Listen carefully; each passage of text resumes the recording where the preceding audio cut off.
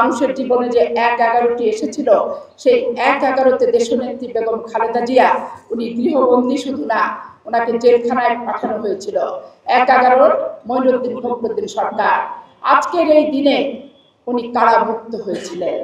আমার প্রাণের যে প্রিয় নেত্রী, বাংলাদেশের আপামর মানুষের নেত্রী, এই কারামুক্তি দিবসে আমি অভিনন্দন জানাই গণতন্ত্রকামী এই লালপুর বাগাতিপাড়ার এই লোকমানপুরের মানুষের পক্ষ থেকে তাকে আমি অভিনন্দন জানাই যে তার দীর্ঘ স্যাক্রিফাইস, দীর্ঘ আন্দোলনের কারণে আজকে শেখ হাসিনার পতন হয়েছে, দেশ থেকে বিতাড়িত হয়েছে, বাংলাদেশের নতুন সূর্যের উদয় ঘটেছে, নতুন অধ্যায়ের আবির্ভাব ঘটেছে। ১-১১তে দেশনেত্রী বেগম খালেদা জিয়াকে কারারুদ্ধ করেই মঈনুদ্দিন ফখরুদ্দিনের সরকার শান্তি পায় নাই। তারা সেদিন কি করেছিল? তারা সেদিন আমাদের প্রাণের যে প্রিয় নেতা শহীদ রাষ্ট্রপতি জিয়াউর রহমানের কলিজার টুকরা, বেগম খালেদা জিয়ার কলিজার টুকরা তারেক রহমান, আরাফাত রহমানের উপরেও অত্যাচারের নির্মম নিষ্ঠুর খড়গ সেদিন চাপিয়ে দিয়েছিল। দুই ভাইকে বাধ্যতামূলকভাবে নির্মম নিষ্ঠুরভাবে গ্রেপ্তার করে অত্যাচারিত করে পা থেকে মাথা পর্যন্ত ক্ষতবিক্ষত করে শরীরে পার্মানেন্টলি ক্ষত তৈরি করে বাধ্য করেছিল সেদিন দেশান্তর হতে। স্বামীহারা দেশনেত্রী বেগম খালেদা জিয়া এই মঈনুদ্দিন ফখরুদ্দিনের অত্যাচারে সেদিন পুত্রদেরকে নির্বাসনে নিয়ে একার জীবন সেদিন উনি দীর্ঘ পাড়ি দিয়ে অতিবাহিত করেছেন।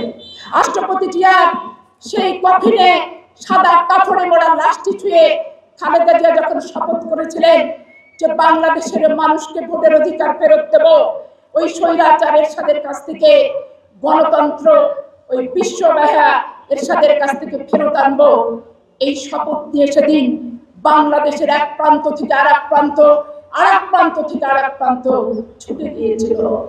আজকে বাংলাদেশের স্বাধীনতা, বাংলাদেশের সার্বভৌমত্ব যেভাবে নষ্ট করেছিল আওয়ামী লীগ এবং যেভাবে নষ্ট করেছিল স্বৈরাচার এরশাদ, দেশনেত্রী বেগম খালেদা জিয়া ৯টি বছর টিয়ার সেল থেকে শুরু করে, লাঠির বাড়ি থেকে শুরু করে, কারফিউ থেকে শুরু করে সমস্ত কিছু ভঙ্গ করে আমাদের মতো ছাত্র সমাজের কর্মীদেরকে নিয়ে গোটা বাংলাদেশের শিক্ষা প্রতিষ্ঠান সহ রাজপথের আন্দোলন করেছিল। আজকে এলাকার মানুষের সাথে আমার সম্পর্ক নতুন নয়। আজকে অনেকে অনেক কথা বলেন, দেরি করে আসলে অমুক করলেন, তমুক করলেন। রাজনীতির মাঠে পাপিয়ার কোনো বিলম্ব নাই।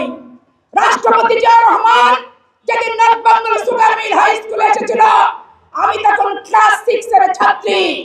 সেদিন থেকে শুরু করে অদ্যাবধি আমার কোনো বিশ্রাম নাই।